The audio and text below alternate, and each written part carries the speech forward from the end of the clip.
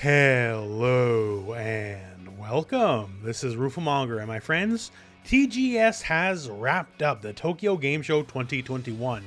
And with it, we had the initial King of Fighters 15 presentation, which was pretty dang good. And we also got a lot more gameplay, a lot more full matches, a lot more people testing out stuff with all the characters. And with that in mind, it's exactly what I would like to talk about today. So first off, before we really get into the weeds on some stuff here, just some general impressions. And overall, after seeing, a bunch of matches, obviously not the highest level play because everyone's trying to figure out stuff, right?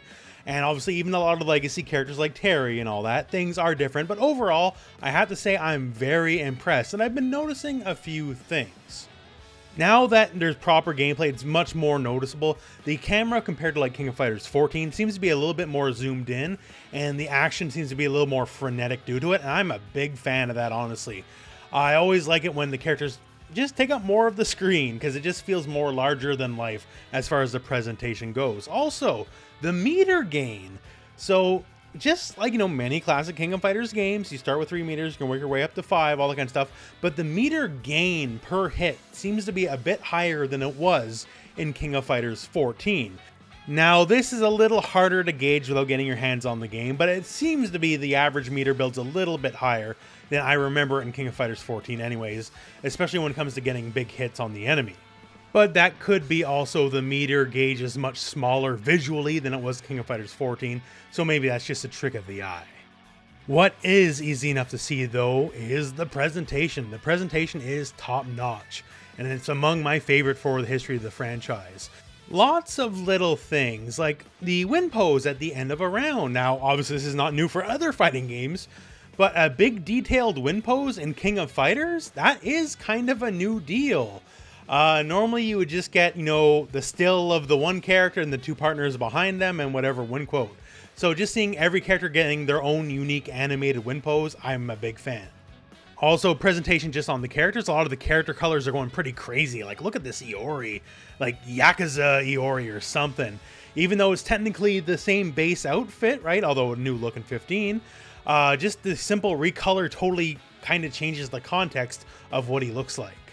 But yeah, just on the whole, the game aesthetic, I'm a big fan. I really love the HUD. It's simple, clean, no BS. Big fan of that. They've been kind of stylizing a lot of the characters, and there's been iterations on almost every character, trailer to trailer, and the game's look is starting to look really, really sharp. Like maybe Guilty Gear Strive it's not if you want to get super critical about it, but it doesn't need to be that. All it needs to be is its own identifiable style, and I definitely think they have succeeded on that. So now let's talk more gameplay related stuff. One of the big things I noticed off the bat is the new Shatter strike attack. And I love the concept for it in neutral, right? A big armored attack, if I connect, basically I can get a combo off of you. It's a crumple on the ground or a wall bounce if I catch you airborne. And you can use it in combos too, and that's where I wonder if it's a little bit iffy. Now, I have zero problems with you being able to use it in the middle of a combo. That is totally fine. That's great even. My issue lies with the fact that it works like the regular version. So it's 1 bar to do, and you get half your bar refunded if it hits. So it's only a half bar. And it's a free crumple off any hit confirm for a half bar. And part of the reason max mode was changed in the King of Fighters 15 was specifically because in King of Fighters 14, it was always the right answer. Basic hit confirm into max mode was always the answer, no matter what. And if it's going to be only a half bar for a guaranteed crumple every single time, then I feel like it might run into the same problem of Shatter Strike is always the right answer every single time. And that's not a good thing. It's a very easy fix, just make it that if you use a Shatter Strike in the middle of a combo, you cancel it from another move, then you don't get the meter refunded on hit. It just costs 1 meter flat out. And then that's fine, that works out. But as it stands for combo structure stuff, like I very rarely see the point when it's an option available to you to not do it, because once again, it's a half a bar for a free crumple restand into another, close heavy, target normal, whatever you want to do. It just seems a little too easy bake. Perhaps I am overthinking it a little bit, but with EXs now available on demand again, because they were not in 14, It's also a half meter for an EX, and it's a half meter for a Shatter Strike. And when I think of most EXs in the game, a full crumple to reset your combo is a lot more valuable than just spending on an EX in the middle of a combo. I guess it's a wait and see kind of thing. Now, to talk about one of the bigger things I've seen people mentioning and going crazy over the course of TGS for King of Fighters 15 is Touch of Death combos. People get really obsessed about Touch of Death combos in any game. And I've seen people worrying, oh my god, is this going to kill King of Fighters 15 that there's so many Touch of Death combos? And no, not really. In case you're unaware, in case you're newer to the franchise, the concept of the Touch of Death combo in a King of Fighters game is nothing new. Granted, some of them look pretty simple here, like this Isla 1 is not too complex. It's a level 2 into a level 2 into a level 3 because the max meter allows for this, because when you do a level 2 it just drains the meter, so you can go into that and get all this big damage. But then again, it still requires all your meter. It requires the corner, it requires you activating raw max mode in their face and them standing still for it, right? So even though this is an incredibly simple Touch of Death combo to be sure, there's still a lot of factors you need. One of the things I noticed here is while you're in max mode in 15, while the super is going on, the max meter no longer drains at all. So it can definitely help create these scenarios of you going to level 2 into level 2 into level 3 because you never have to worry about the meter draining out. That might be something that could be changed in the future. For comparison's sake, in King of Fighters 14, once you do any super at all, your entire max meter drains out. Now, obviously how it works in 15 is intentional, but maybe there could be some tweaks in the future. But either way, having maximum resources in King of Fighters, all the meter to work with and everything like that usually can spell a dead character. That is nothing really new to the franchise. Now, to talk some of the cooler character stuff, I want to talk actually about Isla and the way her projectile works. This is not really something that came across well in the character-specific trailer, but it's actually super cool. So it starts high and works its way downwards diagonally. So almost like an air fireball, but on the ground. Also, animation-wise, it's extra cool because it's like the verse hand literally slapping the spray can down onto the enemy's face. In and of itself, that's already pretty cool because that's not a standard style of angle that gets to be controlled in King of Fighters. Normally fireballs are traditional, or they're the kind of, Iori, Terry Bogard style where they scrape off the ground. But in addition to the just base projectile shot, it also kind of travels across the ground, creating a very long-lasting hitbox, which is very interesting. Like, not long enough that you consider it like, a trap in the fighting game sense, but just enough to control even more space than it does originally. Isla just seems really strong and good, like giant normals, her ability to double jump, which is not normal in King of Fighters, very seemingly strong projectile game, just very interesting character overall, on top of the aesthetic because she's like, the spray painter thing / got all sorts of Splatoon colors. I dig it. Now for some other interesting character stuff, let's talk Old Man Terry Bogard. So Terry Bogard, always been a popular character, and they're definitely making sure he's extra strong this time around. Maybe it's because he's in Smash and now a whole new generation of people know who he is that didn't before, but they're definitely giving him the keys to the kingdom. So we mentioned in the previous video how they changed his input for Rising Tackle, so it's now a motion move instead of a charge move, yet it still retains all of its properties. So basically it's a strictly better move now because you can just do it on demand versus having to wait for the charge requirements.